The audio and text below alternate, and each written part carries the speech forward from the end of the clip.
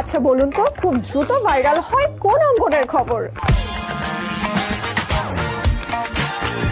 বয়স যতই হোক না কেন, সেই অঙ্গনের খবর জানতে উৎসুক সবাই। ঠিকই ধরেছেন, আমি বলছি বিনোদন জগতের খবরের কথা।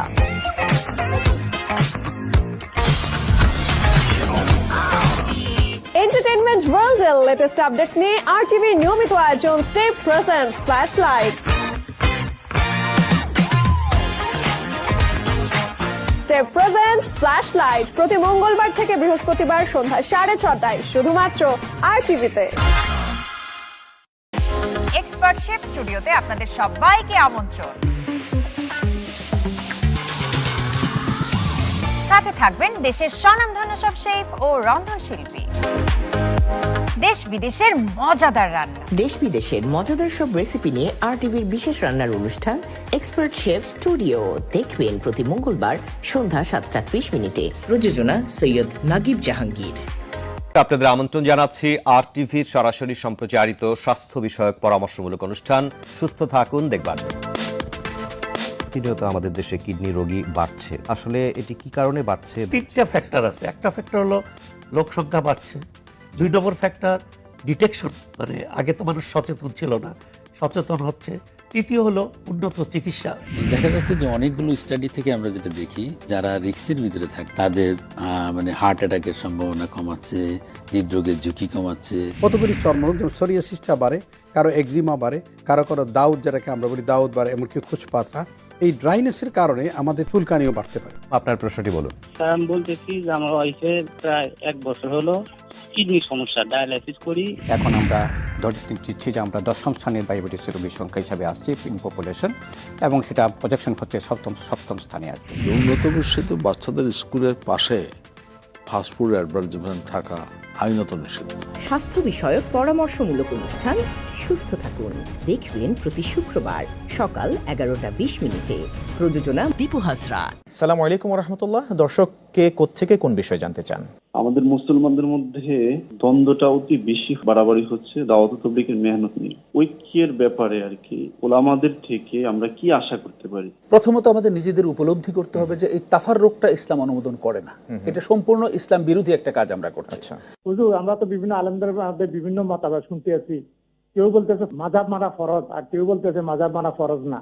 এখন কি করব? দুনিয়ার কোন হুজুর, কোন মাযহাব, কোন পীর সাহেব বলছেন যে 5 ওয়াক্ত নামাজ ফরজ না? আপনি কি 5 ওয়াক্ত নামাজ পড়েন? পরিবারকে পড়ান। দুনিয়ার কোন হুজুর বলছে যে পর্দা করা ফরজ না? আপনি কি আপনার স্ত্রী পরিবারকে পর্দা করান? যিনি বলেন মাযহাব মানছেন, তিনি কিন্তু মাযহাব মানছেন না, তিনিও কোরআন হাদিস মানছেন। যারা মাযহাব মানেন তারা যদি এটা বলেন যে মাযহাবের মাধ্যমে কোরআন সুন্নাহর অনুসরণ করি, তাহলে কিন্তু হয়ে যাচ্ছে। তওবার প্রাণ কি? গুমরাহির পথ থেকে আবার সত্য পথে ফিরে আসার যে প্রক্রিয়া, এই প্রক্রিয়াটার নাম হলো তওবা। প্রাণ নিবেদিত ইসলামী প্রশ্নোত্তরমূলক সরাসরি অনুষ্ঠান প্রশ্ন করুন দেখবেন প্রতি রবি ও সোমবার সন্ধ্যে 6:05 প্রযোজনা রেজা ইসলাম।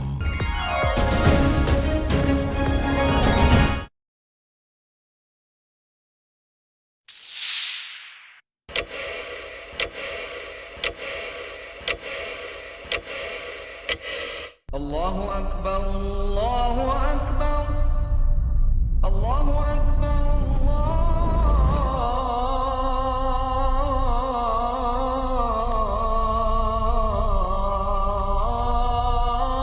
আল্লাহু আকবার। আশহাদু আন লা ইলাহা ইল্লাল্লাহ,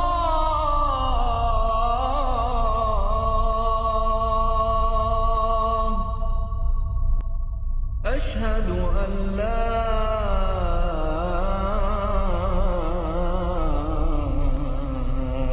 إله إلا الله،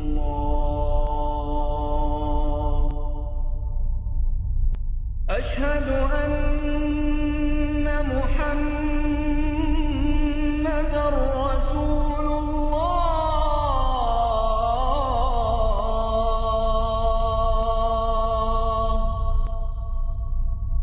أشهد أن محمدًا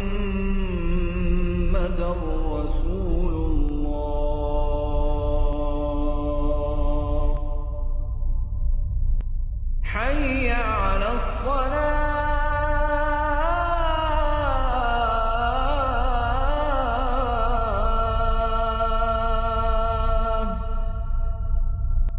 حي على الصلاة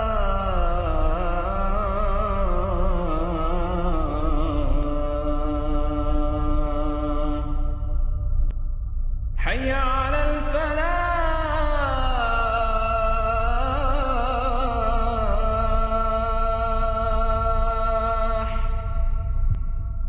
حي على الفلاح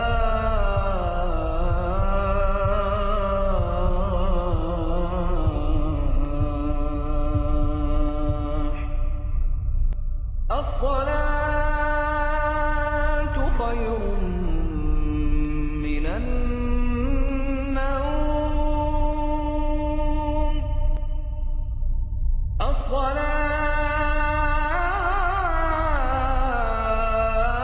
الصلاة خير من النوم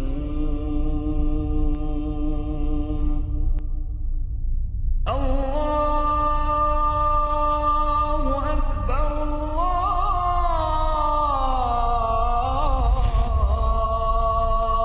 الله أكبر لا إله إلا الله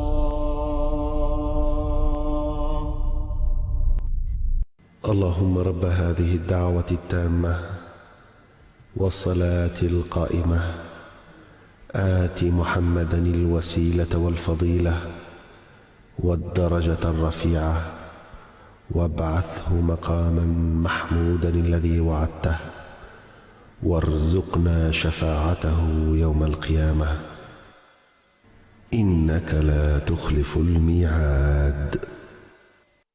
চোখ ও দৃষ্টি সেবা নিয়ে ঢাকা আই কেয়ার হসপিটাল নিবেদিত RTVর সুস্থ চোখ স্বচ্ছ দৃষ্টি অনুষ্ঠানে অন্ধত্বের প্রধানতম কারণ হলো চোখের ছানি পড়া। তো মায়োপিয়াটা মূলত আমরা বলি যারা দূরের দৃষ্টি একটু যাদের একটু দেখতে অসুবিধা হয় তাদের ক্ষেত্রে আমরা বলি যে এটা মায়োপিক পেশেন্ট। ওদের চোখের ভেতরে অ্যাকোয়াস হিউমার নামক জলীয় পদার্থের একটি চাপ রয়েছে, সেটাকে আমরা চোখের ইন্ট্রাঅকুলার প্রেসার বা আভ্যন্তরীণ চাপ বলে থাকি।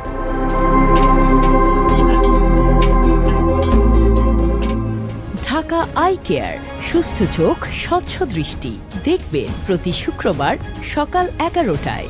প্রযোজনা দীপু হাসরা।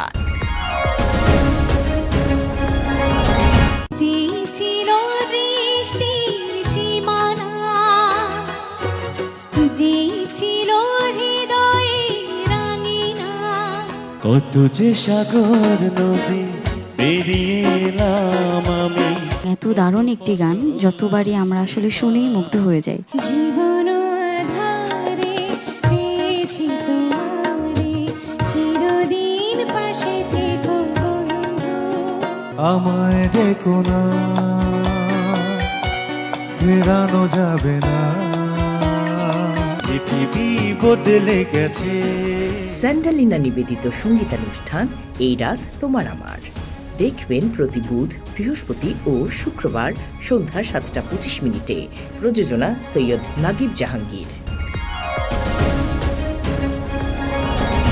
একে অপরের সাথে আষ্ঠে পৃষ্ঠে জড়িয়ে থাকা তবুও অনিবার্য হতো। তোমাকে আচমকা চিঠি লিখতে বসতে আমি বাধ্য হই, যেমন সব সমস্যা থেকে আমি পালিয়ে বেড়াই। হ্যালো ম্যাম, আমি একজন সুন্দরী মহিলাকে খুঁজছি, সেখানে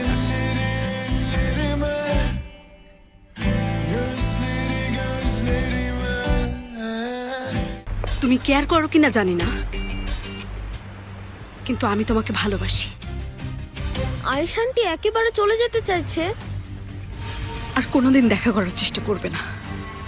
চলে যাও আমার লাইফ থেকে।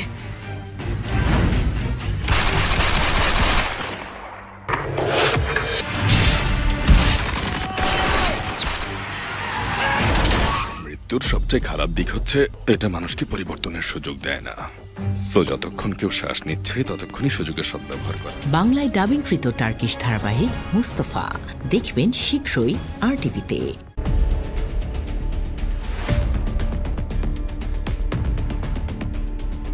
আমন্ত্রণ RTVর বিশেষ আলোচনা অনুষ্ঠান আইন অধিকারে।